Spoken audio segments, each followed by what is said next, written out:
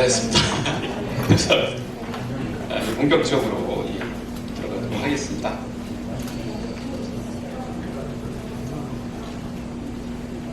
지금부터 제8회 붓다비 퀘스천을 시작하도록 하겠습니다. 부처님의 가르침으로부터 삶의 지혜를 배우는 자리 붓다비 퀘스천, 불교의 전래 루트이자 우리 문화와 밀접한 관련이 있는 실크로드를 세 분의 선생님께 묻게 되었습니다.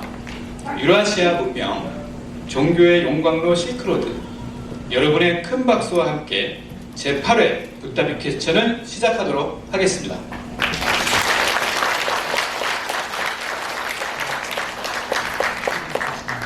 오늘 제8회 붓다비 퀘스천은 불광미디어가 주최하고 부설 인문과학원 한림에서 주관합니다. 그리고 한국불교 대표방송 BTN 불교TV에서 후원합니다.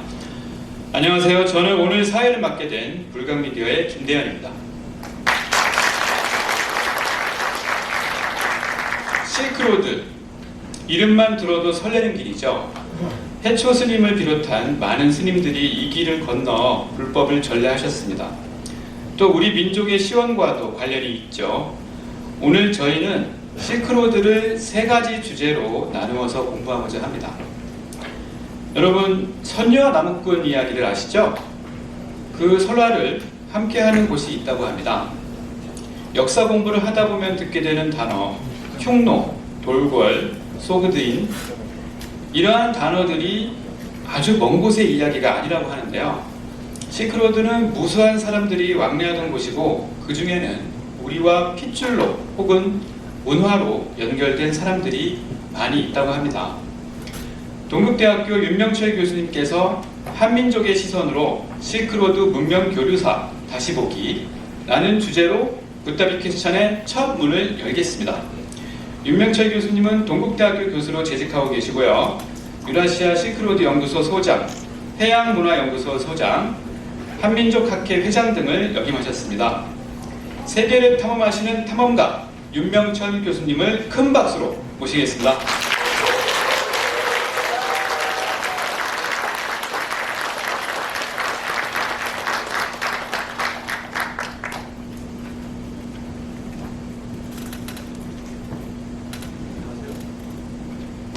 안녕하세요. 동국대학교 윤명철입니다. 그런데 사실은 8월 31일을 계기로 해서 제가 정년을 했어요. 그래서 지금은 동국대학교 명예교수이고요. 그래서 지금은 보통 안녕하세요. 동국대학교 윤명철입니다. 제가 학교에 대한 자부심이 강하니까. 근데 최근에는 안녕하세요. 윤명철 교수의 역사대학입니다. 제가 유튜브를 방송으로부터요. 아마 여러분들이 지금 보셨을 텐데 저 사람이 과연 한국 사람일까? 좀 의문을 가지셨죠? 저도 그래요. 지금 제가 한 4, 5년 전에 사진 같은데요. 지금도 여러분들이 보시게 되면은 이게 한국 사람인가? 제가 유라시아 지역 가게 되면은 그 지역 사람입니다. 어렸을 때부터 좀 이상했거든요. 전 철저한 민족주의자예요.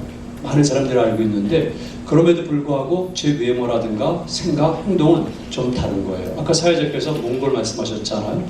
저 역마살이 굉장히 강해요. 그래서 여러분들 중에서 기억하시는 분도 있고 기억 못하시는 분도 있지만 우리나라에서는 본격적으로 탐험을 한 그 첫 세대라고 보면 됩니다.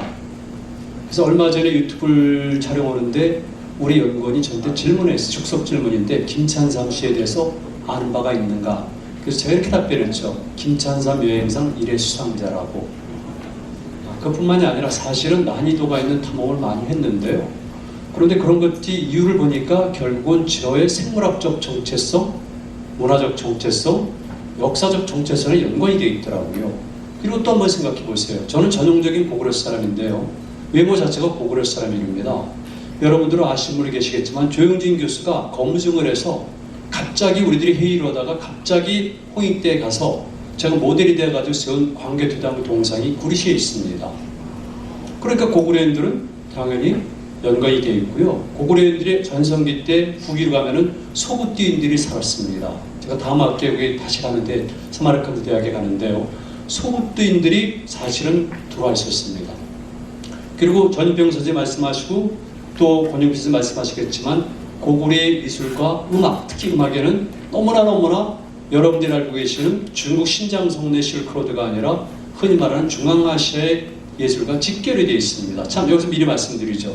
여러분들은 그동안 실크로드 그러면은 주로 신장 위구르 자치구만 생각하셨을 텐데 그렇지 않습니다. 그건 일부고요. 또 하나 말씀드리죠. 이 말씀드리고 나서 다시 서론을 들어가는데요. 실크로드를 신장 위구르 자치구 지역의 실크로드마저도 개척한 것은 중국인들이 아닙니다. 제가 그건 끝까지 아니라고 생각해요. 첫 번째 한 사람들은 페르시아계입니다. 두 번째는 그리스인들이고요. 그리스인들은 그 대신 중앙아시아에서 더 동쪽으로 오지 못하지만, 그리고 뒤를 이은 것이 바로 북동, 동북 방향에서 내려간 투르크인들이죠. 즉 흉노입니다. 그리고 뒤를 이어서 많은 종족들이 섞였는데, 그러니까 당연히 소그틴의 전형적인 저는 비록 고골에 와서 피가 많이 우리 원한민족과 섞였지만 제 피 속에는 뭐가 섞였겠습니까? 당연히 페르시아인의 피가 섞였죠. 그리고 그리스인의 피도 섞였고요. 그리고 투르크의 피가 가장 많이 섞였고 그게 아랍의 피도 섞였을 가능성이 큽니다. 이게 우리들의 역사, 생물학적 정체성과 직결이 되어 있어요. 그래서 제 얼굴을 보시면은 우리 민족은 이렇게 생성이 되었구나. 이때 민족은 종족 개념은 아닙니다. 다만 생물학적 정체성 면에서는 이런 특성을 가지고 있다는 것이죠.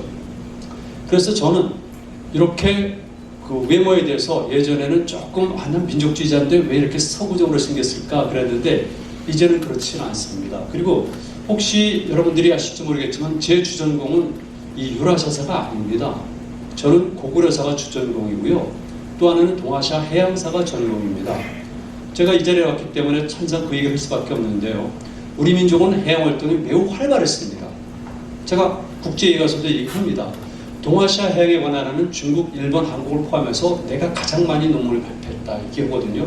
이유는 한국 학자들이 아니라 중국이나 일본 학자들이 하는 얘기입니다.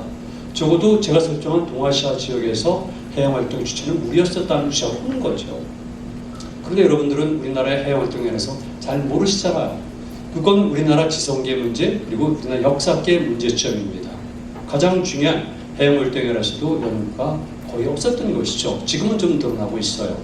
그러다 보니까 저는 주전공이 고구려와 해양사를 전공하고 있고요. 그런데 민족주의자이기 때문에 우리 민족의 정체성에 관한 관심이 남달랐거든요. 그런데 외모도 그렇고 그러다 보니까 제가 주변적으로 많이 다녔는데 제가 학계에서는 그중 많이 해외를 다니지 않았을까, 유라시아 세계를 그렇게 얘기합니다. 일본을 거쳐서 만주를 거쳐서 유라시아로 확장되면서 유라시아도 사실은 그냥 간 것도 여러분 많습니다만은 횡단도 몇 번 했거든요.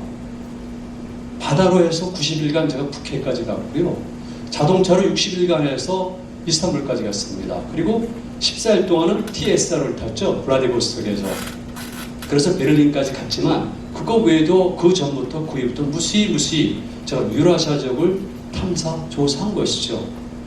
그래서 한민족의 정체성을 찾는 작업을 하다 보니까 이상하게도 그런 기회가 많이 주어져서 적어도 학문적 지식은 제가 못합니다. 제가 국제회의에서도 제가 주관하는 회의에서도 얘기를 합니다. 중앙아시아 전공자들이나 유라시아 전공자들에게 미안하다고. 왜 그러냐면은 저는 그분들은 계속 전공을 한 사람이고 저는 결국 동아시아를 전공했는데 아무래도 여러 가지 이유 때문에 제가 자꾸 앞서게 되니까 왜 학문 외적인 면이 있잖아요.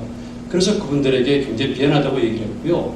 또 여러분들이 대충 아시겠지만 그동안 학계에 대한 관심이 없다 보니까 중앙아시아나 유라시아 전공자들이 학계에서 자리를 잘 못 잡았어요.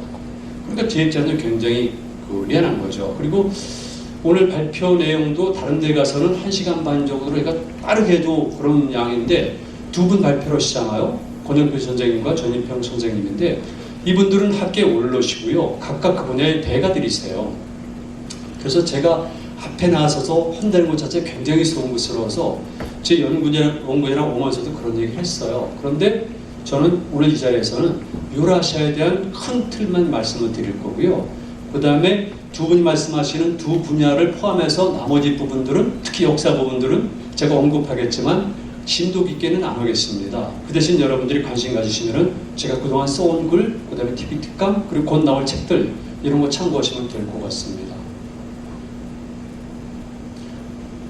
유라시아 지역에 가면은 정말 저 같은 사람을 많이 만나요. 그리스 하든 그리고요 미리 말씀드리는데 앞으로 스님들 계시잖아요. 불교 하면은 여러분들 꼭 너무 중국만 생각하지 마세요. 그리고 인도만 생각하지 마시고요. 인도에서 오는 길이 우리가 말하는 중국만 거친 거 아니에요.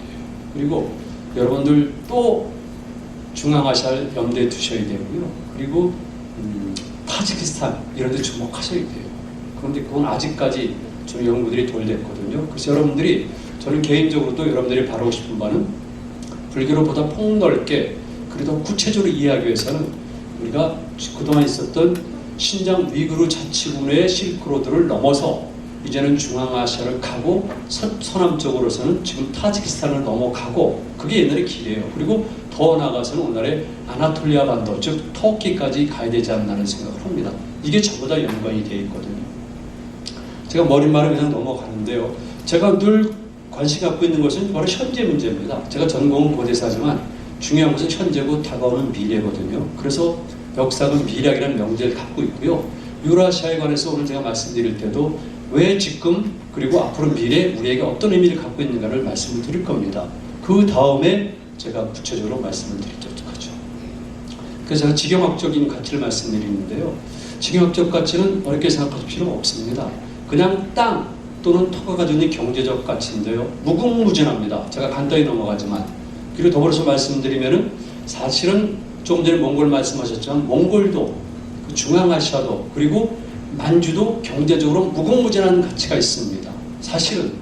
그런데 우리는 이런 지역에 대한 경제적 가치를 잘 모르고 있고요. 연구도 안 된 거고. 그러다 보니까 우리 역사가 늘 관념적이고 추상적이고 산업이나 기술이나 자원 발굴에 관해서는 무지한 거죠. 그러니까 우리 역사는 역동적 상실하고 잘못 평가되는 건데, 이렇게 경제적 가치가 중요한데 중앙아시아죠. 그 다음에 우리가 말하는 쭉 내려오면서 만주 일대, 연해주 일대도 엄청나게 많은 경제적 가치가 있다. 이거 제가 꽤 많이 발표했습니다.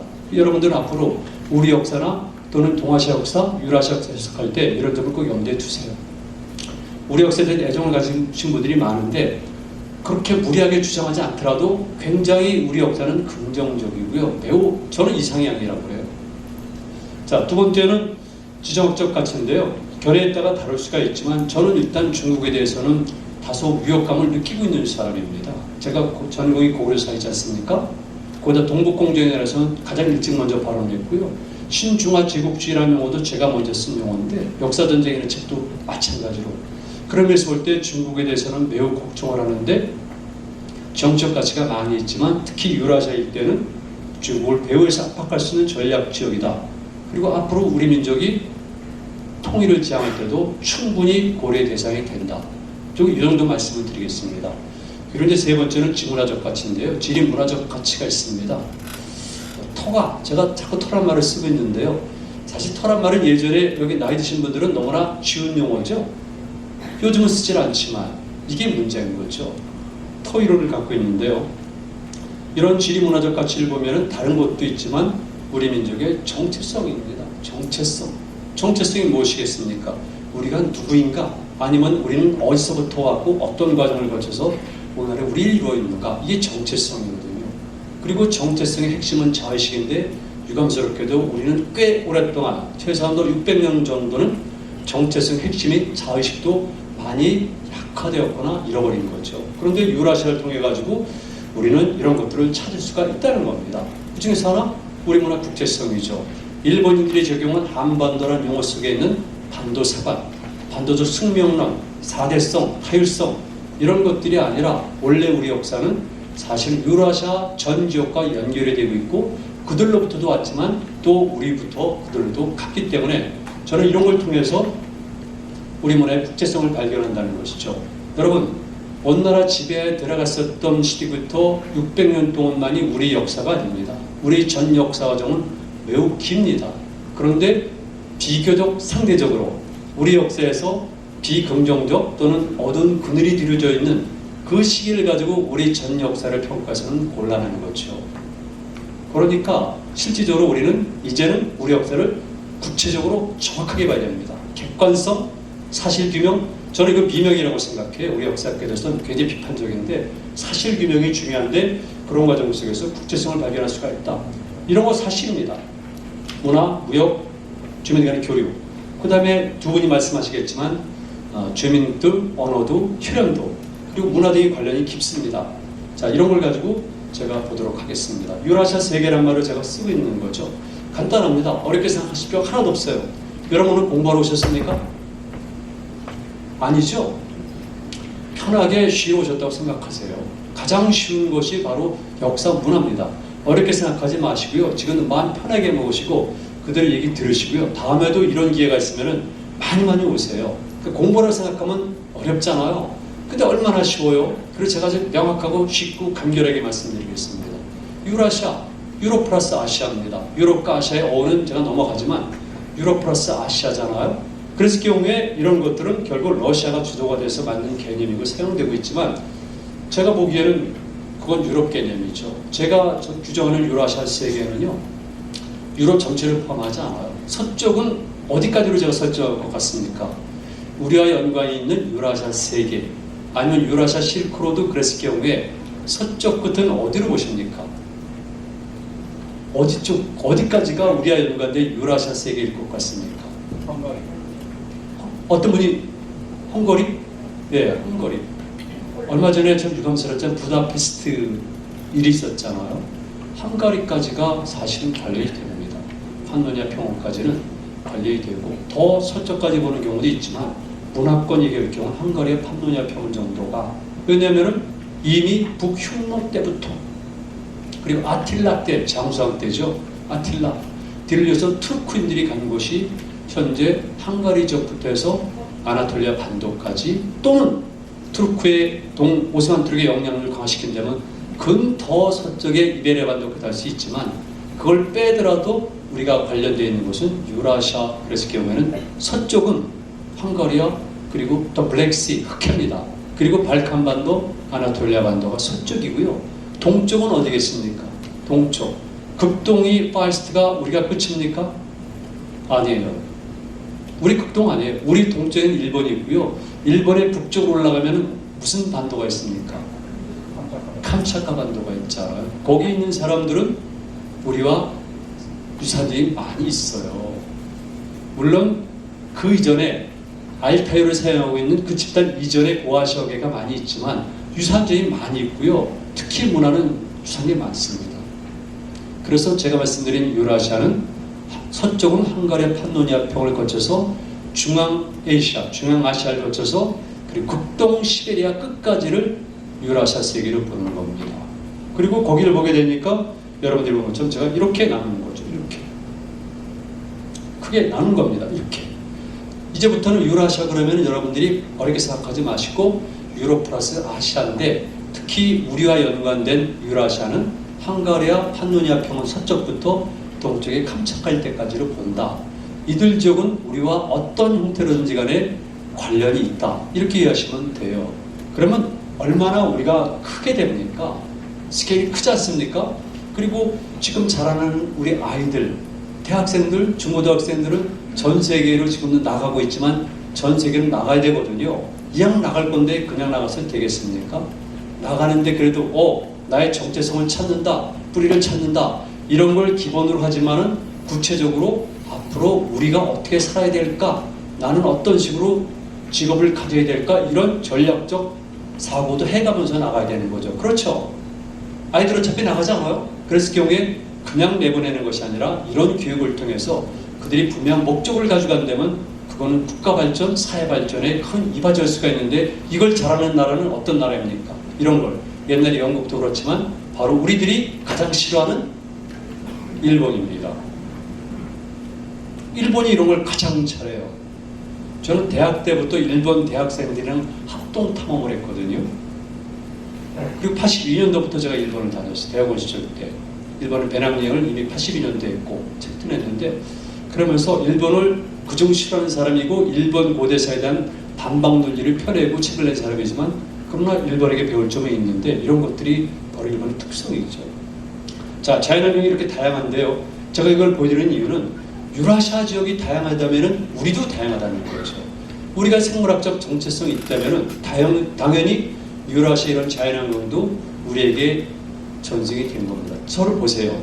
제가 움직이지 말라고 그래서 지금 못 움직이고 있는데, 제가 일단 서구적으로 생겼다고 그러잖아요. 그랬을 경우에 제가 하관이 빠르죠. 그 다음에 코가 남달리 섰잖아요. 콧구멍이 좁고 이 길잖아요. 입술이 얇고 그에 여러 특징이 있지만 이랬을 경우에 이거는 저의 생물학적 특성인데 이런 생물학적 특성을 낳은 것은 자연환경이에요. 그러니까 우리 한반도 북부나 연해주 일대에서 살았던 사람들도 동북상에 해가지고 연해주 북상, 캄차크, 극동 시베리아를 가게 되면은 신체 구조가 달라지는 거죠. 그래서 이 생물학적 정체성은 자연환경에 큰 영향을 받기 때문에 이거 중요한 겁니다. 그러니까 우리가 오랫동안 1000년 또는 600년 동안 한반도에 갇혀 살고 너희들은 반전민족이다. 그리고 너희들은 농경민족이다. 움직여서 안 된다. 이렇게 세뇌를 당했어도 기질상은 다르잖아요. 그러니까 우리는 말 타고 달리고 싶어 하는 거예요. 이거를 한자로 표현하면 역마살이죠. 그렇죠? 역마살 달래 그렇습니까? 옛날에 여자들은 역마살, 여자 그러면 싫어하죠. 요즘은 분위기가 그렇더라고요. 여성이란 말은 일본 말이에요. 요즘 여성분 그러더라고요. 왜 일본을 싫어하면서 그렇게 일본 말을 자꾸 쓰려고 그러죠? 여자라는 좋은 말이 있는데. 그래서 몽골에 보거나 중앙아시아 가면은 관광객들이 와서 말을 탑니다. 그런데 한국 사람들은 할머니들도 말을 타겠대요. 여러분들도 그런 경험 있죠? 우리는 할머니들도 말을 타겠대요. 그 초원에서. 일본 사람들은 안 탑니다. 남자들도. 젊은 남자들도 안 탑니다. 소심한 탓도 있고 이미 그런 기억을 잃어버렸기 때문에. 근데 우리는 남아있으니까 할머니들도 아마 스님도 타실 것 같아요. 제가 보기에는 몽골 가면. 이게 생물학적 특성이 기질이거든요. 이거 쉽게 탈각할 수 없어요. 이거 이미 생물학에서 입증이 된 거잖아요. 그래서 제가 자연환경을 쭉 구분해 보니까 이렇더라. 당연히 이런 문화들이 우리에게 들어오는 겁니다. 자, 그래서 이 길을 보니까 저는 규정을 했는데 길은 사람의 길도 있고요. 자연의 길이라는 것은 결국은 생태의 길이에요. 제가 자연의 표현을 생태의 길입니다. 얼마나 생태가 중요한데요. 생태란 말, 일본이 만든 말이죠. 생태이라는 것 자체가. 그 다음에 생활의 길입니다. 정치, 군사, 문화, 신앙의 이 모든 것들이 결국 길의 문제가 되는데 여러분들이 관심 가는 것은 신앙의 길이죠. 자, 이게 제가 한마디만 더 말씀드릴게요. 스님들 계시니까. 제가 이렇게 얘기를 합니다. 우리 역사에서 가장 위대한 탐험가들은 누구인가? 승려들이에요. 승려들. 해촉, 그 이전에 현장, 또 등등 해보세요. 그들이야말로 위대한 탐험가들이에요. 우리나라 불교에서 선종이 뭡니까? 제가 96년도, 7년도에, 2003년도에 중국의 절강성을 출발했습니다. 뗏목을 타고. 선사시대부터 한반도 남쪽까지 항해 가능했노라를 입증하기 위해서. 거기가 예전에 백제인들도, 특히 신라인들도, 그리고 후에 고려인들, 그랬을 경우에 선승, 선교, 선종, 이 길들이 바로 그 길이에요. 그래서 전라남도 지역에서 선종이 승한 거죠. 그리고 거기 온 사람들은 달라요. 스님들, 승려들은. 왜? 바다를 항해한 사람들인데 여러분 지금도 그런데 그 시기에 바다를 항해한다고 생각해 보세요. 제가 얘기를 해요. 학생들이. 얘들아, 그 배 쓰면 승려들도 오바이톡은 당연하겠지만 쌍소리도 해. 제가 그래요. 그렇게 얘기합니다. 왜냐하면 그만큼 상황이 심각하고, 그래서 제가 그 승려들은 진짜 실존을 체험한 승려들이라고 보는 거죠. 석가모니처럼. 제가 탐험가로서 인터뷰를 할 때 아주 어렸을 때요. 인류 역사상 가장 위대한 탐험가는 누구인가? 제가 석가모니라고 그랬어요. 큰 타이틀로 나왔죠. 석가모니. 왜? 제가 구분하는 자연 탐험, 그 다음에 하와 중생, 인간 사회 탐험, 그리고 인간 탐험을 모두 한 사람은 석가모니니까. 그런데 승려들이 그 시기에 죽어가면서, 진짜요, 죽어가면서 항해를 해서 이 땅에 온 거예요. 그리고 일본 열도로 부단히 건너와서 일본 열대에 많은 불교를 전파한 거예요. 그게 우리가 알고 있는 부산에서 출발하는 짧은 항해만 있습니까? 제가 83년도에 일본까지 뗏목을 타고 건넜는데 동해를 걷는 고구려 승려들도 무지하게 건너간 겁니다. 그래서 저는 승려들은 위대한 탐험가라고 보고 있고요. 그래서 제가 만든 단어 중에 하나는 이런 단어가 있습니다. 명선일체. 농선일체, 다선일체가 아니라 명선일체는 말 그대로 생명과 선일체, 실존을 체험한다는 게 그런 거죠. 그래서 저는 한국 불교가 힘을 갖고 있는 것은, 힘을 남기고 있는 것은 바로 바로 그런 역사적 전통 때문이라고 보는 겁니다. 그래서 승려들이 저는 가능한 한 배로 많이 나가서 이런 여행이나 탐험이나 이런 것들을 하기를 바라는 거죠. 그러면은 힘이 생기거든요. 여러분들은 대부분 불교 신자들이죠. 저도 불교 신자예요. 저는 정말 불교와 깊은 인연이 있어요. 그러니까 여러분들이 저는 이런 걸 자꾸 마련하면서 자꾸 바깥으로 나가시기를 간곡히 빕니다. 자, 얼마나 스케일이 커요? 이렇게 그리니까. 이거 제가 그린 거예요. 기존에 있었던 학자들과 함께 제가 첨부한 게 있습니다. 세계를 이렇게 연결시킨 거예요. 스케일이 크잖아요. 왜 우리는 맨날 조그맣게 한반도라는 요것만 가지고 우리 역사 생각하죠? 그건 일본인들이 만들어준 거잖아요. 우리가 반도민족입니까? 아니에요.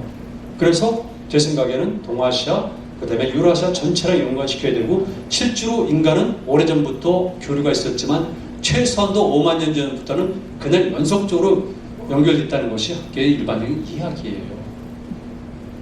인간은 5만 년 전에 이미 여기죠. 좀 지나가 있으면 오스트레일리아까지 항해를 했잖아요. 뗏목을 타고. 이게 인간입니다. 인간은 굉장히 무서운 존재예요. 집념이 강하고 용기를 가득 찬 거죠. 그래서 이런 게 조금 이상하지가 않아요. 한국 역사학에 대해서는 제가 얼마든지 할 말이 있어요. 이런 것도 그렇고 해양도 마찬가지고 서양의 다른 나라나 다른 지역과 비교해봐라. 그랬을 경우에 우리 동아시아 지역에서의 여러 가지 문제들은 아무것도 아니죠. 제가 이 바다를 얼마나 많이 왔다 갔다 했겠습니까? 뗏목을 타고 항해를. 제가 보기 어렵지 않아요. 이 세계를 움직였던 그런 흐름이 있는 겁니다. 자, 여러분 실크로드 그러면 그동안 이렇게 생각하셨죠? 이 부분을. 제가 그러지 않습니까? 이 부분. 이게 흔히 말하는 전형적인 실크로드예요. 이렇게 남북미에서. 보이시죠? 그 다음에 이것이 바로 우리와 혈연적으로, 언어적으로, 문화적으로, 신앙적으로 관련이 깊은 이게 흔히 말하는 초원의 길이에요. 유목민족들이죠. 우리 유목민족 아닙니다. 그러나 이런 유목민족 문화와 연결이 되어 있죠. 이게 강해요. 청동기 문화도 그렇고. 그 다음에 이 위에 있는 것이 뭐냐면 수렵 삼림 문화, 그 다음에 타이거 문화라고 생각하세요. 타이거 문화. 여러분 이 수렵 삼림 문화는 우리랑 무관한 걸 생각하시는데요. 아니에요. 만주 있잖아요. 만주에서도 동쪽 동만주는 거기는 여러분들이 생각하는 것처럼 벌판이 없어요. 평원이 없어요. 산도 그렇지만 거기는 숲입니다. 숲. 그래서 동만주에 있을 때는 숲이 많습니다. 숲은 돈덩어리죠. 왜? 나무 자체도 그렇지만 동물들이 많이 살잖아요. 동물 고기가 중요합니까? 모피가 중요하지. 그래서 가장 좋은 양질의 모피 산지들이 극동 시베리아 중에서도 바로 이 일대가 되는 거죠. 그래서 고구려인들도 모피를 많이 수출했지만 발해인들은 엄청나게 일본국에 모피를 수출해서 엄청난 무역 흑자를 일으켰던 겁니다. 이게 우리 사회에 나옵니까? 하나도 안 나오지. 일본의 정세에 나오는 기록들이지. 여러분 우리 역사 잘못 알고 있어요. 혹시 나이 드신 분들 율브림너 생각을 하세요? 율브림너가 모양이 좀 이상하잖아요. 서양인 것 유리브림너예요. 원래 유리 아니라 유리브림너. 왜? 러시아 사람이니까. 할머니가 몽골계고 율브림너의 할아버지와 외할아버지가 당시 고종으로부터 목재 채굴을 끊어든 사람. 그러니까 독도 문제, 울릉도 문제랑도 연관이 되어 있는데, 왜냐하면 제가 말씀드린 이유는 바로 예전에 우리가 왕성하게 활동했던 지역이 중요한 수렵 산림 문화권이라는 것이죠. 돈덩어리죠. 제가 간단히 넘어가지만 툰드라권 이렇게 있게 얘기했는데, 이거는 제가 본 것이 아니라 주채혁 교수가 이 툰드라 얘기를 많이 말씀하셨어요. 여기는 아니지만 툰드라에 대해서. 그리고 아이스로드, 이건 제가 설정한 건데 가설입니다. 왜? 이 양지역에서는 지금 북위 75도 이북에서도 인간이 산 흔적들이 발견이 되거든요. 가설인데 저는 충분히 가능하다고 생각해요. 75도가 아니라 80도라도 인간이 살 수 있다고 보고요. 인간은 생물학적인 진화를 해요. 그리고 여러분 아시는 것처럼 바로 이겁니다. 이렇게 해양의 길. 그래서 우리 문화 그랬을 경우에는 이렇게 다양한 문화, 유라시아를 연결하는 몇 개의 길인데 이런 문화들이 우리랑 직접 간접으로 연결이 되어 있다. 이거를 제가 말씀을 드립니다. 스케일이 커지는 거 같죠? 경상북도가 이런 주장을 했어요. 실크로드의 종착점은 경주다. 물이 있습니다. 그런데 전혀 물이 없는 건 아니에요. 왜냐하면 실질적으로 사실 장안도 아니거든요. 시안도. 그런데 일본 사람들은 교토가 실크로드의 종착점이라고 주장을 하는 거예요. 그런 논리라면은 경주가 실크로드의 출발점과 종착점이라고 봐도 괜찮다는 거죠. 그 대신 그러기 위해서는 바로 이게 필요합니다. 해양의 길. 해양의 길, 이게 필요합니다. 이렇게 큰 스케일 속에서 유라시아를 보면은 앞으로 여러분들이 가실 곳은 얼마나 많겠습니까? 그죠? 그리고 늘 이걸 머리에 염두해 주세요. 아, 유라시아는 이렇게 연결이 돼 있었구나. 제가 아주 기분이 좋아요. 이것도 어디 신문에 연재할 때 제가 이걸 만들었는데 크게 그려보니까 정말 그럴듯하더라고요. 이거 동서의 길만 있는 것이 아니라 남북의 길도 있는 겁니다. 사실 여러분들이 못 보셨지만. 그래서 동서남북이라고 해서 저는 길도 로드가 아니라 망이라는 용어를 쓰는 겁니다. 도로는 도로망. 그게 불교 여러분들은 인다라니까 이해가 되시잖아요. 이게 현대 물리학부터 뇌부터 해가지고 다 일반적인 건데 이거를 활용한 건 원래 그런 겁니다. 다만 그 당시 때는 기호가 평민적 사고와 거기에 기호기 때문에 도로 그랬지만 실질적으로 망체제인 거죠. 모든 게 달라지는 겁니다. 그래서 오마니를 전환했을 때부터 쭉 오고 갔는데 복잡하니까 제가 간단히만 말씀드릴게요. 지금 사실은 우리가 말하는 그 흉노에 관해서 성격이 좀 애매합니다. 그런데 그냥 간단히만 말씀드릴게요. 서쪽은 백인종의 세계고요. 동쪽은 황인종의 세계거든요. 여기는 코카사이드고 여기는 몽골로이드입니다. 그런데 당연히 그 중간에는 피가 섞이게 돼 있잖아요. 현재까지로 봐서는 지금 흑해 주변에 있었던 백인종 계통이 동쪽으로 이동하면서 황인종과 섞이는 것이 일단 주류예요.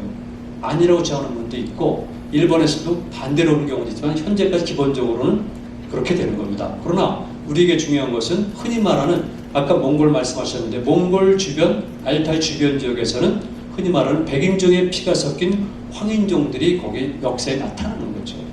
이 사람들이 그 이전부터 많이 살았지만 그리고 중국에서도 그와 그 집단을 가르치는 용어로 표현되지만 그런 거 다 빼고 정말 구체적으로 역사에 등장했을 때는 흉노라는 이름으로 역사에 등장하는 겁니다. BC 3세기 정도, 4세기 정도에. BC 4세기 흉노라는 것으로. 자, 그래서 이들이 결국은 황인종과 백인종의 혼혈이고 결국 이렇게 된다는 것이죠. 보세요. 이건 제 그림이 아닌데요. 제가 교과서에서 가져온 겁니다. 제가 그린 것보다 훨씬 못하죠? 저는 여기 그린 거니까. 자, 그리고 제가 빼먹었구나 한 가지 꼭 말씀드려야 되는데 이건 중국이 그린 겁니다. 해양의 길, 그 다음에 육지의 길, 대륙아시아, 해양 유라시아 제공인데요. 요거는 이건 뭐냐면은 특히 정화의 원정대 루트를 많이 참고해서 그린 겁니다. 중국이 지금 주장하는 이론이 뭡니까? 외워주세요. 1대1로 원벨트 원로드거든요. 1대1로는 제형으로 표현하게 되면 원벨트는 대륙 유라시아, 원로드는 해양 유라시아입니다. 그러니까 몇 개의 대륙 유라시아의 로드와 남쪽에 있었던 해양 유라시아의 로드를 포함한 것이 1대1로 전략이에요. 중국은 당연히 일로 전략에서는 정화의 원동대 사건을 역사적 명분으로 삼아서 아프리카 중부까지 진출하는 겁니다. 그만큼 역사가 중요해요. 우리만 중요하게 여기지 않습니다. 한국 사람들이 역사를 소중하게 여긴다고요? 저는 그렇게 전혀 생각하지 않아요. 이거 방송되고 있죠? 저 거짓말이라고 생각해요. 상대적으로 비교해야 됩니다. 일본이 일본의 역사에 관해서 중국, 다른 나라들이 또는 미국이 미국의 자국사에 대해서 갖는 관심과 우리를 비교해 보세요. 그런데 중국만 하더라도 1대1로를 비롯해서 동북공정, 서북공정, 서남공정 모든 것을 할 때는 반드시 역사의 배경과 논리를 삼습니다. 그만큼 역사가 중요한 거예요. 그러다 보니까 우리나라의 정치인들도 어설프게 무슨 수호디부터 해가지고 삼국지연이라는 소설을 가지고 자기의 생각이라든가 적적을 설명하잖아요. 제가 보기엔 무식한 것 같은데 삼국지연이라는 소설을 가지고 삼국지라는 정사가 있는데 자 그래서 지금 동서교통로를 중국은 이렇게 표현하고 있다는 겁니다. 이게 중국의 1대1로 전략이고 이게 지금 미국과 충돌하는 겁니다. 1대1로 전략이. 자, 유라시아 특성을 보니까 조금 전에 보여드렸습니다. 다양해요. 이렇게 다양하다. 그래서 대륙과 해양으로 구성되어 있고 여러분들 보시는 것처럼 이렇게 다 자르면 재밌습니다. 다. 제가 그냥 간단히 넘어가는데 재밌습니다. 이렇게 모든 자연환경이 골고루 발달된 곳이 유라시아인데 이들이 차단 격실된 구조 속에서 서로 교류가 없었다면은 그건 자연환경이 다양해도 소용이 없어요. 그런데 이들 간에는 부단하게 교류가 이루어졌습니다. 그러니까 자연환경이 다양하더라도 이 자연환경과 생태환경과 거기에는 주민들 간에는 교류가 활발하게 이루어지니까 당연히 유라시아 세계의 문화라는 특성이 생기게 되는 거죠. 그리고 거기에 주체가 된 사람들은 누구일까? 사람들이 흔히 말하는 알타이어를 사용하는 사람들입니다. 자, 종교도 마찬가지입니다. 동쪽에는 샤머니즘과 유교가 있죠. 그 다음에 북쪽에는 천은 숭배 신앙이 있죠. 남쪽에는 불교 영향이 있죠. 그리고 이렇게 조라스터의 경향도 있고, 그러니까 우리도 일본인들은 그렇게 주장하지만 이미 조라스터교가 들어왔다 얘기를 했잖아요. 이게 다 섞인 것이 바로 동쪽으로 오면서 우리의 하나가 되는 거죠. 여러분 보시는 것처럼 천숭배 신앙은요, 우리가 주목해야 돼요. 제가 이 자리를 빌어서 말씀을 드리는데, 동아시아에서 가장 먼저 가장 늦게 자기 글자를 가진 민족이 어느 민족인 줄 아세요? 동아시아에서 가장 늦게 자기 글자를 가진 민족 어디 같아요? 일본 아니죠. 우리 뭐 샹가이 성찰 얘기하지만 우리죠. 코란 문자도 있고 말갈 문자도 있고 위구르 문자도 있고, 그러니까 한글이 위구르 문자 아니면 저쪽 파스판제 영향 받았다고 얘기한 거 아니겠어요? 그래서 이 기호를 장악하는 게 중요한데 우리가 소홀했기 때문에 우리 모든 건 다 중국화로 그냥 덧칠해진 겁니다. 도배가 된 거죠. 천숭배 신앙, 중국의 말한 천과 지금 알타이어 계 사람들이 신앙에서 대상을 삼은 천은 다른 겁니다. 한글, 탱글이는 다른 겁니다. 글자가 똑같을 뿐이지. 이런 것들을 제가 조금 이따 몇 가지 말씀드릴게요. 민족들도 이렇게 다양한데 다양합니다. 사실은. 넘어가겠습니다. 자, 그 중에서 제가 몇 가지만 재밌는 걸 뽑아왔는데, 요즘 바이칼 많이 가시죠? 여러분도 아마 다녀오신 분 계실 거예요. 바이칼 명칭 원래 바이칼이라고 부르면 안 돼요. 바이쿨이 맞습니다. 바이쿨. 키르기스탄 가게 되면 이시쿨이 있잖아요. 또 송쿨이 있잖아요. 그 다음에 흑해 같은 경우도 그렇지만 가라쿨 이런 게 있잖아요. 쿨이 알타이어에서 호수나 물을 뜻하는 겁니다. 바이칼은 러시아인들이 그냥 칼이라고 부르는 거죠. 이렇게 부지기수지만 바이칼은 명칭이 다양하죠. 탱기스부터 해가지고 베이칼, 베이쿨 등등등 있는데 이게 굉장히 우리에게 큰 울림을 가져와요. 왜 그런지 모르겠는데 언제부턴가 바이칼을 우리 민족의 시온과 직결시키는 분위기가 생겨버렸어요. 그래서 한민족의 시온이 바이칼이라고 주장합니다. 저는 어떻게 생각해야 될지 모르겠어요. 우리 민족은 제가 이따가 나올 것 같은데 저는 원액론을 주장해요. 원액. 여기 살던 사람들이 있다. 흔히 말하는 한반도와 만주 일대에, 특히 남만주에 원래 살던 사람들이 있다. 전기 구석기부터 해서 쭉쭉쭉 해서 연결이 된다고 학자들이 얘기를 안 하겠지만 적어도 후기 구석기 시대부터 신석기부터는 연결이 되니까 당연히 여기 살던 사람들을 원액으로 삼고 8 플러스 알파의 길을 통해서 흘러든 사람들이, 진출한 사람들이, 이주한 사람들이 우리라고 보는 겁니다. 저는 그런 논리가 있는데 그렇게 보세요. 그런데 바이칼은 그 중에서 하나이고 그 다음에 그 중에서도 좀 지난 세계 흐름이라는 거죠. 바이칼에 가면은 뭐가 있습니까? 아론섬이 있잖아요. 아론섬에 가게 되면 불칸바이라고 있거든요. 이때 불칸바이는 육당이 말하면 불안문화론, 즉 백두산을 지칭하는 불안과 연관된 거죠. 이게 불칸이란 말이 어디입니까? 몽골에서도 불칸산, 불칸, 그리고 어디까지? 흔히 말하는 발칸 지역까지, 그리고 당연히 아나톨리아 반도까지 이런 발개 언어들이 있는데 육당에서를 기초로 했지만은 계속 보완이 되는 거죠. 그리고 바이칼은 흔히 말하는 동아시아의 모든 종족들이 거기와 더불어서 살았고 몽골의 징기스칸도 거기와 깊은 연관이 있다고 현지에서는 얘기를 하고 있어요.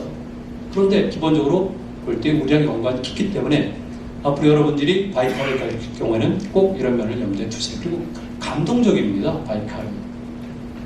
바이칼은 아마 여러분들이 꼭 가실 것 같아서 제가 미리 말씀드리는데, 바이칼은 우리 민족과 깊은 관련이 있지만 일부 사람들의 주장처럼 우리 민족이 하나의 시온은 아니다. 이렇게 말씀드리면 돼요. 그리고 이 바이칼의 아론섬을 처음 간 건 저예요. 사실 아론섬을 제가 찍었거든요. 바이칼 그중에서 아론섬이다. 왜? 불칸바이가 있으니까. 그래서 처음부터 알려지고 본격적으로 알려진 거죠. 이런 것들은 언론을 통해서 다 증명이 된 거니까 제가 뭐 얘기하는 돼요. 그런데 그 이후에 여기만 민족의 시연인 것처럼 되는 거는 저는 안 된다는 거죠. 그 중에 하나. 그리고 추후에 여러분들이 역사에 대한 관심을 갖고 계시잖아요. 그래서 경우에 어떤 특정한 사항이라든가 특정한 주장을 그대로 통째로 받아들여서는 안 됩니다. 늘 상호 비교를 해야 돼요. 그래서 어느 한쪽만 받아들이게 되면 여러분들은 오류를 범할 수가 있는 것이고요. 그 오류가 개인적 오해에 끝나면 괜찮은데 집단 전체와 연관된 거라면 문제가 되는 것이죠. 꼭 이게 우리 한국 사람들이 기질적으로 그렇지만 좀 논리성이 부족해요. 너무 감성적이거든요. 이게 불칸바이입니다. 불칸바이만 여러분 떠오르는 사람이 있어요. 혹시 나이 드신 분들은 당대 유명한 여자 배우 트로이카 중에 한 명 아시죠? 남정님. 남정님과 이 바이칼이 연관되어 있잖아요. 네, 그렇죠. 바로 그겁니다. 그러니까 당시 춘원도 뭔가 생각을 한 거죠. 우리 민족과 연관성도 그렇지만 이 반도에서 오랫동안 갇혀간 사람들에게 어떻게 하면 만주와 그 다음에 흔히 말하는 몽골과 이 바이칼을 보여줄까 고민했던 것 같아요. 그래서 어린 여자 둘을 정인과 수임이라는 처녀를 등장시켜서 거길 가는 거예요. 요즘 경성이란 말이 뜬다면서요. 일본을 그렇게 싫어하면서 반일운동을 조직적으로 전개하는 이스라엘 젊은이들이 왜 경성이라는 걸 갖고 거기에다 이상하던데 나는? 경성은 일본이 만든 용어잖아요. 어쨌든 경성을 출발해가지고 평양을 거쳐서 의지를 거쳐서 지창을 막 해가지고 춘원이 쓰는 겁니다. 그 책을 읽으면서 가슴이 뛰었을 저는 당시 식민지 조선의 백성들을 떠올려 봤어요. 그들이 얼마나 생각이 달라졌을까? 그 이전부터 그리고 그 이후도 우리는 뭡니까? 만주로 가서 독립전쟁을 펼쳤잖아요. 1812년부터 공식적으로. 그리고 그들이 독립전쟁의 주역이 된 거잖아요. 그렇죠? 우리 너무 오랫동안 잊어버리고 잃어버렸어요. 만주는 정말 전략적으로도 가치가 있지만 경제적으로 가치가 무궁무진한 겁니다. 일본도 중국도 그걸 인식하는데 왜 우리만 만주는 쓸모없는 땅이라고 스스로 얘기를 하고 있죠. 비겁하게. 넘어갑니다. 레나강이에요. 자, 이런 데는 암각화들 뭐 이런 것들은 일반 관광객들은 갈 수가 없는데 자, 그냥 간단히 넘어가지만 그래서 자꾸 이런 얘기를 하고 있는데요. 우리가 되기 이전에 일본인들이 먼저 이 지역에 왔잖아요. 일제시대 또 왔잖아요. 그러고 나서 일본인들이 한 얘기가 자기네 기운을 바이칼로 설정한 경우가 있는데 우리 뒤늦게 가서 얘기를 하는 겁니다. 우리랑 관련이 있지만 지원 자체는 아니다. 그리고 이제 거기서 보는 것처럼 우리한테 관한 이런 것들이 있죠. 넘어가는데요. 그다음에 여기서 꼭 한마디 말씀드리고 싶어요. 몽골 때문에 그런데 우리는 몽골에 지배를 받았죠. 교과서에 간섭이라고 돼 있잖아요. 지배를 받았거든요. 사실은. 그리고 지금도 몽골을 흠모하고 징기스칸을 대단히 높이 평가. 개인적으로서는 우리가 높이 평가해야 되는데 그 이상 흠모해서는 곤란해요. 그리고 마치 우리가 몽골과 연관된 것을 영광스럽게 생각한다거나 우리가 몽골의 브랜치처럼 생각을 해요. 아니에요. 근원을 따지게 되면 우리가 원래가 주입니다. 주 가지고 몽골이 브랜치입니다. 제가 말씀드린 것이 정확한 겁니다. 몽골은 선비족의 일파예요. 선비족. 선비족 중에서도 고구려의 6세기 무렵 때 실위의 한 브랜치가 몽골 실위예요. 그게 몽골이에요. 그러니까 선비입니다. 선비어와 거란어와 부여어는 같아요. 이건 당대 사료에 나오는 거니까 의심의 여지가 없어요. 당연히. 그리고 흥할령을 기점으로 해서 원래 거기는 여러분들이 보시는 것처럼 이렇게 흉노, 투르크인들의 땅이에요. 그런데 그들이 스스로 떠나거나 쫓겨가면 땅이 비죠. 그랬을 경우에 흥할령을 넘어간 선비족들이 그 땅을 차지하는 겁니다. 그러다가 징기스칸 때도 마찬가지였고 그 지역을 차지한 사람들이 전 초원을 통일하게 유리하기 때문에 징기스칸이 결국은 통일하면서 흔히 말하는 대몽골 울루스가 만들어지는 겁니다. 그래서 대단히 뛰어나지만은 마치 우리가 몽골의 브랜치 그 영광으로 우리가 줍니다. 자, 그래서 여러분들이 아시는 것처럼 유라시아의 가장 중요한 사람들은 바로 투르크인들, 역사상에서는 흉노로 나타났죠.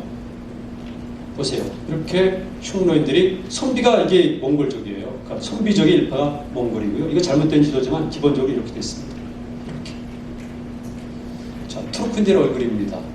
이게 여러분 중에서도 이 얼굴형 가진 사람들 많아요. 지금 여러분 제가 보면 이 얼굴형 가진 사람들 많습니다. 저도 그렇지만 그렇잖아요. 이렇게 하관이 빠르고 이렇게 이런 얼굴들. 저 재밌습니다. 이 학생 보세요. 어떻습니까? 뭐 저랑 비슷하잖아요. 이거 알타이 산맥 저 안쪽에 들어가서 시골 가서 찍은 건데 간 가지고 찍은 건데 이렇게 되어 있어요. 그리고 흔히 말하는 신라의 연관성. 이따 아마 두 분 중에 한 분이 특히 권열 부인사도 말씀하실 것 같은데 그 적에는 적석촌들입니다. 흔적들이죠. 거기 앞에 있는 석상들 제가 서 있죠. 이런 얼굴들이 있는 겁니다. 그래서 석상들을 게렉슈 또는 발발이 걸었는데 무지하게 유라시아적이 많이 있습니다. 그러다 보니까 어떤 학자들은 제주도에 있는 하루방과 이걸 연관시키기도 하죠.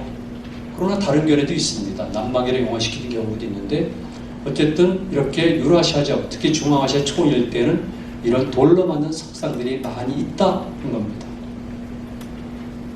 샤마니즘 맞죠? 자, 각각 샤마니즘의 모습들인데요. 지금 여러분들은 요건 좀 익숙하지 않습니까? 이 그림은? 익숙하죠? 이건 제트도 거예요. 이거는요. 지금 우리나라에서 이런 거 다 없앴어요. 이거는 지금 알타이 쪽. 이거 제 거가 아닌데 다른 걸로 제 거 똑같아요. 알타이 쪽부터 감차카부터 해가지고 다 이렇게 돼 있습니다. 카자흐스탄 다. 이게 옛날에 우리 거였었잖아요. 옛날에 당나무란 게 이거잖아요. 이거 모조리 배워버렸죠. 그 정체성이 사라지게 되는 거죠. 원래 한 민족이 다른 민족을 지배할 때, 한 국가가 다른 국가를 지배할 때는 그 집단의 정체성을 없애버리기 때문에 그러다 보니까 지명, 역사, 신앙 모조리 없애버립니다. 근데 우리는 스스로가 자초해서 없앴습니다. 이거 반성의 이데예요. 저는 우리나라 사람들이 민족주의자라고 생각하지 않아요. 본인들이 그렇게 생각할 뿐이지 그렇다면 노력을 기울여야 되거든요. 좀 보세요. 제가 이 발끝부터 머리까지 우리 전통으로 남아있는 게 뭐가 있습니까? 없잖아요. 우리 옷을 입습니까? 아니 우리 모자 씁니까? 이 신발도 터키 신발이에요. 그래서 이게 정상적인 것지만 다른 나라는 꼭 그렇지 않다는 거죠. 여러분들이 유라시아 특히 중앙아시아 가시면요 여자들은 당연하지만 남자들도 자기 전통을 부분적으로 간직하고 있습니다. 문화를 수용하는 것과 모방은 다른 건데 우리는 유감스럽지만 너무 모방했다는 것이죠. 아니라고 변명할 수 있지만 배합 비율을 보면은 모방이에요. 그래서 이런 것들이 무지하게 많은데 우리가 이런 것들이 사실은 유라시아와 직결되어 있다는 거죠. 암각화도 그렇고. 자, 한국 문화로 넘어갑니다. 시간이 많이 갔는데요. 자, 제가 명확히 말씀드려요. 원액이 있습니다. 원액. 여기에 원액이다. 그리고 이렇게 8개의 루트를 통해 가지고 온 사람들이다. 왜? 여기는 지구상의 이상향이니까. 제가 이렇게 말씀드리면은 혹시 종교인간이죠? 아니에요. 제가 역사학자잖아요. 그리고 제 이름이 걸려 있는데 제가 그냥 이런 그림을 그렸겠습니까? 이상향이라는 표현이 거슬린다고요? 그건 우리나라의 관념적인 역사학자들이죠. 그렇잖아요. 여기는 정말 이상향인데 그 이유는 여러분들이 다른 데 찾으면 돼요. 뭐 제 책이라든가 특강, 방송 이런 거 보시면 돼요. 여기 정말 지구상의 이상향이에요. 또 한 가지, 그럼 그들은 왜 여기로 왔을까? 왜? 가장 살기 좋은 것이지만 또 관념적으로 해가 뜨는 곳이니까. 여기 그냥 제가 일반적인 여기 스님들 계시잖아요. 다른 분들은 흔히 말 속인이라고 얘기를 하잖아요. 그렇죠? 여러분들 모두가 궁극적인 깨달음 얻는 걸 목표로 삼지만 가는 길은 다르잖아요. 다르죠? 그랬을 경우에 모든 것을 포기하고 가는 사람들이 있는가 하면은 포기하지 않으면서 다른 곳과 더불어서 가는 사람들이 있는 거예요. 그렇죠? 제 말이 맞죠? 그렇다면 당연하게 동쪽으로 누구나 오고 싶어요. 해 때문에. 그런데 끝까지 온 사람들이 있다는 거죠. 자기에게 주어진 상황을 탈피하고 안정된 상황을 탈피하고 보수적인 삶을 탈피하고 새로운 세계를 지향하면서 이념을 향해서 온 사람들이 누굽니까? 우리들이에요. 당연히 제가 얘기를 합니다. 학생들에게 얘들아 에베레스트가 8848m다. 8800m까지 올라가다가도 포기한 사람들 많다. 진짜요. 저도 그래요. 탐험할 때 때로는 이렇습니다.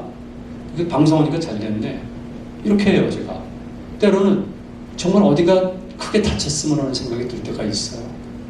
여러 생각 중에 하나. 그러면은 제가 출발하지 못하거나 출발하자마자 후송당할 수 있잖아요.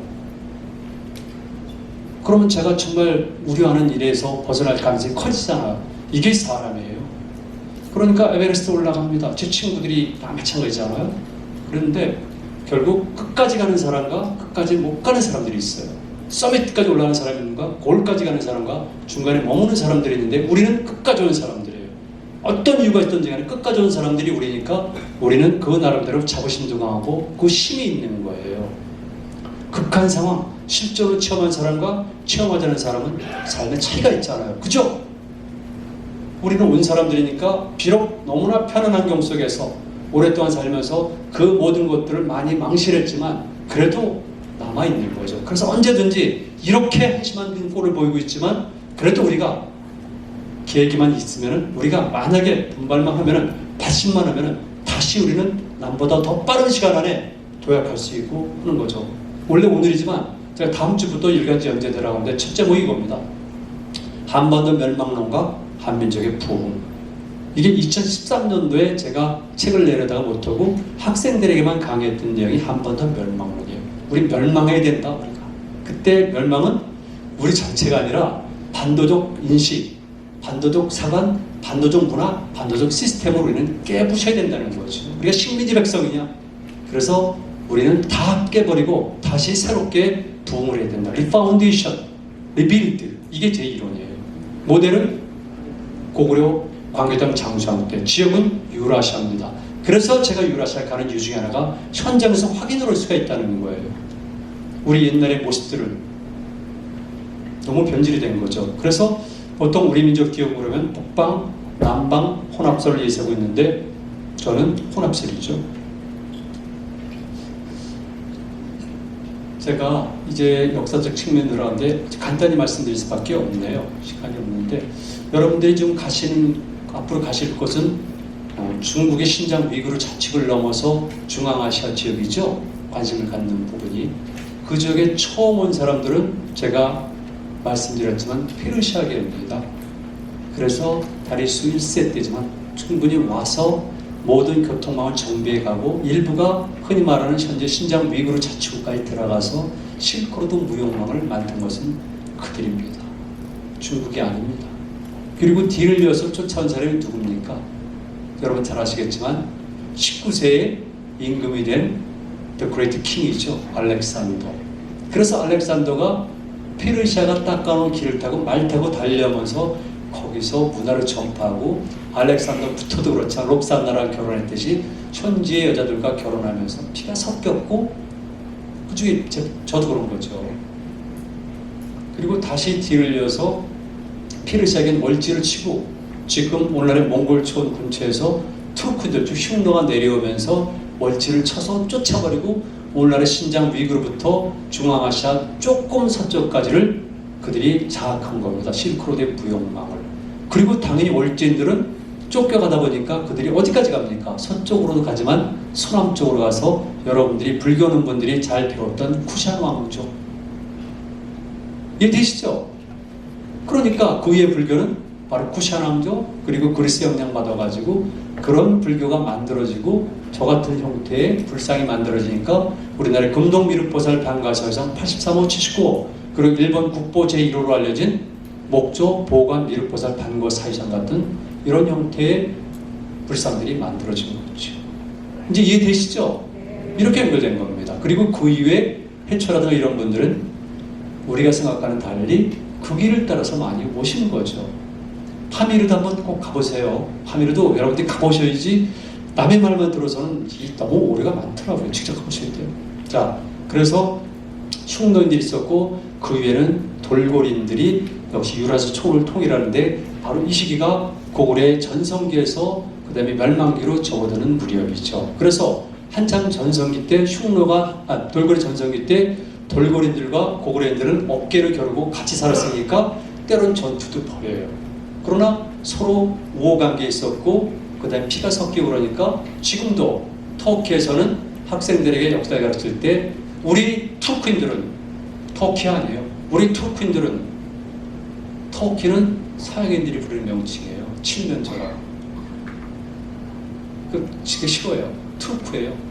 투르크인들은 오랜 옛날 저 아시아 동쪽 끝에 있는 코리아와 이웃을 형제였었다고 가르치는 거예요. 그래서 작년부터는 중고등학교에서의 제2 외국어로 한국어가 채택이 된 거예요. 저는 작년 1학기 때는 이스탄불 대학에 가 있었어요. 이게 유라시아 역사고 우리의 정체성이에요. 그런 것들을 잃어버렸는데 이제는 우리가 찾을 필요가 있다는 것이죠. 자, 소구띵입니다. 이거 조금 있다가 권영필 선생님 다 말씀하실 거예요. 여기 가보니까 고구려인들이 있더라. 이 고구려인들이에요. 지금 사마르칸트의 아프라사 궁전, 알렉산더 대왕에 가서 초토화가 됐던 아프라사 궁전이 후에 다시 재건되면서 그 시기에 벽화에 고구려 사진들이 있는 거죠. 이분들. 다른 얘기는 안 하겠습니다. 권영필 선생님이 하시지 않는 말씀 드리고 싶은데 역사학자로서 그 시기에 고구려인들이 절체절명의 위기에서 국가의 안전을 위해서 얼마나 많은 노력을 기울였겠습니까? 일본 올 때 얼마나 많은 영향을 끼쳤습니까? 고구려인들이. 일본 불교를 했을 때 백제만 생각하지 마세요. 왜 고구려를 빼놓고 얘기하시죠? 고구려 승려들이 얼마나 많이 갔는데. 일본 최초의 사자인 아스카스의 공동주주는 회자는 고구려 승려인데 쇼토쿠 태자의 스승 역할을 한 사람이 바로 회자 승려인데 고구려인들이에요. 단중을 비롯한 많은 사람들. 그런데 그 시기에 고구려 사신들이 아프라사 궁전까지 간 거예요. 제가 계산해 봤더니 약 4,000km더라고요. 그런 시기에 조국의 운명을 타개하기 위해서 뭔가 실마리 하나를 잡을 심정으로 4,000km를 돌고를 따라서 이 지역까지 간 그 사람들을 생각해 보세요. 이게 나라고, 이게 민족이고, 이게 집단이고. 나라는 간단한 게 아니죠. 나라 정말 소중합니다. 그렇게 생각대로 머릿속으로 이루어지는 게 역사인 줄 아세요? 그렇지 않아요. 그래서 저는 정말 가슴 아픕니다. 이 양반들 볼 때마다. 이 얘기만 제가 말씀드리고요. 넘어갑니다. 이거 경상북도에서 대대원 가서 협력비를 세운 겁니다. 자, 많습니다. 우리 언어. 자, 한, 발음, 발, 대가리, 감, 이게 전부 다 알파연대 남아있는 거고요. 시간이 없기 때문에 하나만 말씀드릴게요. 하나, 뭡니까? 여러분 지금 우리나라의 국호가 무엇이죠? 대한민국이죠. 그럼 약자가 한국 아니에요. 우리가 멸망할 때 일본에게 식민지가 될 때 국호가 여러분 조선인 줄 아세요? 대한제국이에요. 일본이 식민자 시키자마자 금한 것이 뭔 줄 아십니까? 한국이란 용어를 쓰지 못한다. 조선이란 용어를 써라는 겁니다. 그래서 만주로 갔던 우리 독립군들이 대한독립군이었었고요. 그들이 선언한 모독립선언의 정식 명칭이 대한독립선언서입니다. 거기에 비해서 28 그리고 3.1운동 때 3.1선언서는 그냥 선언서입니다. 그럼 한국이 뭡니까? 제가 질문을 많이 해요. 제가 얼마나 많은 사람들에게 질문했겠습니까? 직접 담당자들한테 정부에서 한국이란 국호의 어원과 의미를 아는가? 여러분 모르시잖아요. 모르죠? 선생님 모르시죠? 우리 잘못이죠, 역사학자들의. 그런데 이 나라는 자기 국호의 어원과 의미도 모르는 사람들이에요. 이걸 어떻게 생각해야 되는 거죠? 한국은 간단히 말하면 칸국입니다. 칸국. 의미는 여러분들이 보시는 것 같고 시간도 이렇게 넘어가지만 제가 논문 쓰면서 보니까 39개의 칸국이 있었어요. 지구상에. 킵차쿠 칸국, 크림반대 크림 칸국, 지금 우즈베키스탄의 부하라 칸국, 뭐 다 칸국이죠. 몽골 다 칸국들 아니에요? 그리고 우리가 칸국인 거죠. 그래서 대한제국이란 국호를 제정을 할 때 많은 논쟁이 벌어지고 고종의 결단에 따라서 결국 대한제국이 성립된 거고 그 용어를 잠시 잊어버렸다가 상해 임시정부가 대한민국이라고 선처합니다. 한국은 여러분들이 보신 것처럼 큰 겁니다. 하나다, 넓다 이런 뜻입니다. 다 한국, 한글, 한강 모든 게 다 한으로 되어 있죠. 한성 다 한입니다. 8분 넘어가고요. 이것도 넘어가겠습니다. 탱그리게 언어고요. 감, 이것만 말씀드릴게요. 이거 우리말입니다. 우리말. 잊어버렸죠. 원래 감 그러면은 이거는 알타어로 무당이라든가 신을 뜻하는데 백두산의 최초 명칭이 불암산이지만 고구려인들은 개마산이라고 불렀어요. 그리고 경기도 김포도 원래 검포입니다. 삼국사기 지리지, 대동지지에 나옵니다. 경도강이 신라 경도강이 금포로 바꿨는데 그 이후에 사람들이 잘 몰라서 금자를 김으로 읽은 거죠. 그러니까 공지 웅진도 고마라고 부르는 겁니다. 고마성. 이게 정식 사례에 나오는 얘기들이죠.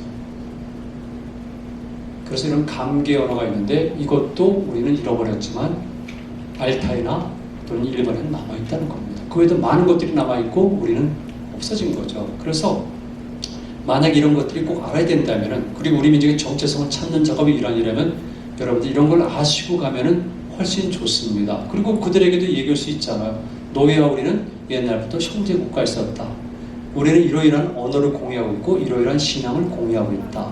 그 다음에 우리 역사에 고구려라는 나라가 있었는데 고구려인들이 추는 춤은 워낙 유명했지만, 그리고 그들이 연주했던 악기는 너희 나라와 직결되어 있고 너희 나라 걸 많이 수용한 것이다. 이렇게 얘기하면 우리가 중앙아시아를 진출하는데 얼마나 유리하겠습니까? 그렇지 않아요? 여기 스님들 계신데 불교 음악과 그 다음에 중앙아시아 음악과의 관계를 생각하셔야죠. 진짜입니다. 고구려 악기가 38가지가 있는데 상당히 많은 거는 중앙아시아 지역에서도 지금도 사용되고 있는 거죠. 그 외에도 많이 있지만은 넘기겠습니다.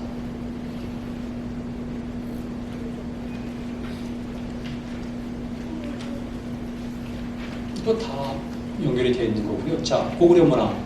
권혁기 선생님 말씀하시고 이렇게 이런 것들이 고구려 공덕화에 있는데 실제로 연관이 되어 있는 거죠. 이 사람, 가운데 있는 이 사람, 네. 역사, 무자.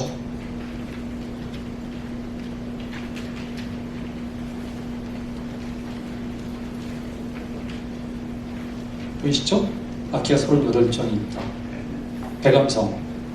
당태종에게 항복한 성이지만 고구려와 돌골 간의 전투가 벌어졌던 성. 이게 돌골성이라 제가 터키에서 가서 강의할 때 이걸 딱 들어주면서 예전에 너희와 우리 이렇게 싸운 적도 있다. 그러나 원래 형제 국가다. 이렇게 얘기를 하는 거죠. 백암성인데 일부러 넣습니다. 그리고 권영필 선생님 이거 보여드릴 거예요. 이 부분도. 자, 그리고 결국은 우리는 떨어져 나가는데요. 동아중의 국제대전 제5입니다. 고구려와 수단 간에 벌어진 전쟁은 국제대전이에요. 93년대에 박사기는 분이 동아시아 국제대전이에요. 우리 역사계는 다른 해석을 내린 거죠. 수나라나 당나라가 턱없이 강한 나라인데 갑자기 고구려를 쳤고 고구려가 방어한 거 아니에요. 동아시아의 질서 재편을 놓고 기존에 있었던 강국인 고구려와 400년 만에 중국 쪽을 통일한 선비족의 수나라 간에 벌어진 질서 재편 전쟁이 이 전쟁이에요. 수나라 전쟁. 굉장히 큰 차이가 있는 겁니다.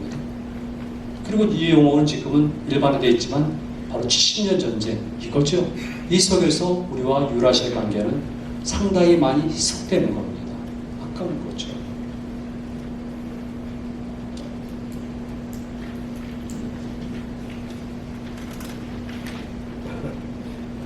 이제 시간이 너무 지났기 때문에 제가 정리를 해드려야 될 것 같아요.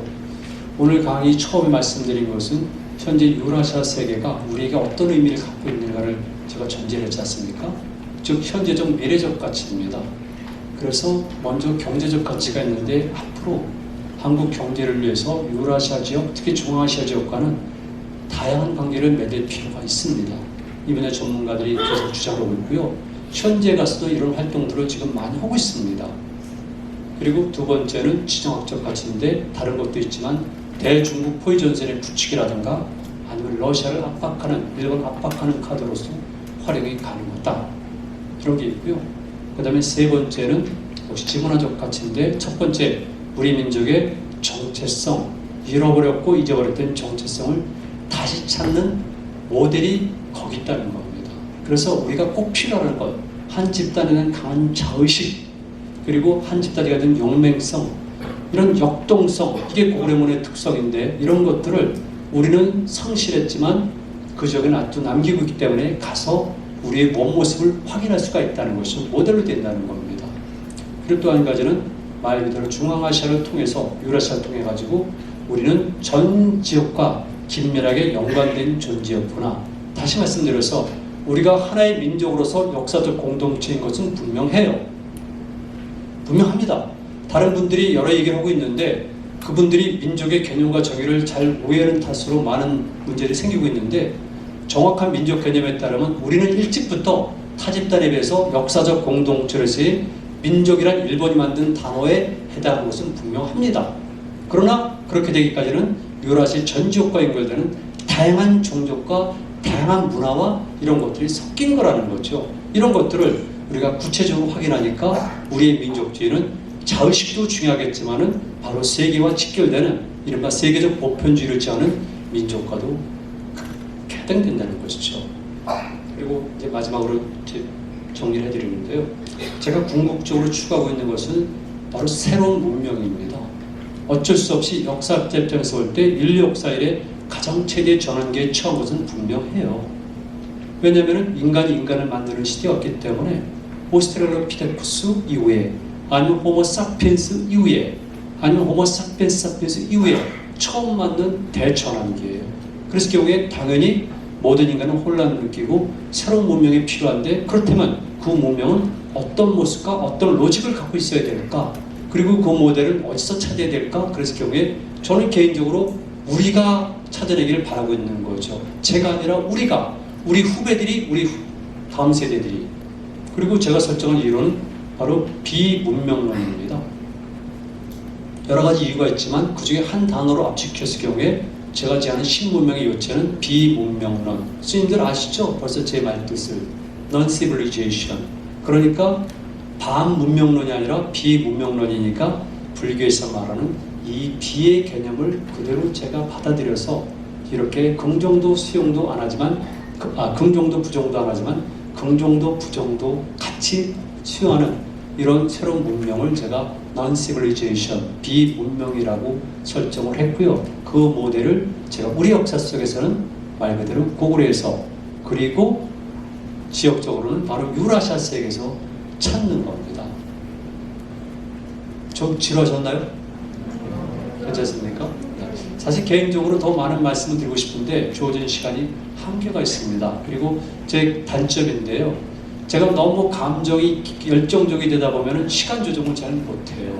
그래서 아쉽게도 마지막 부분을 상세히 말씀 못 드렸는데 두 분 선생님이 워낙 대가십니다.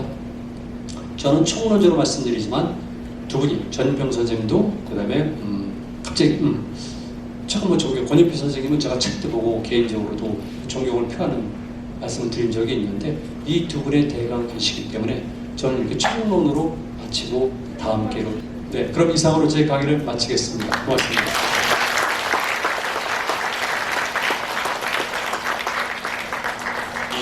강해주신 윤명철 교수님께 다시 한번 큰 박수 부탁드리겠습니다.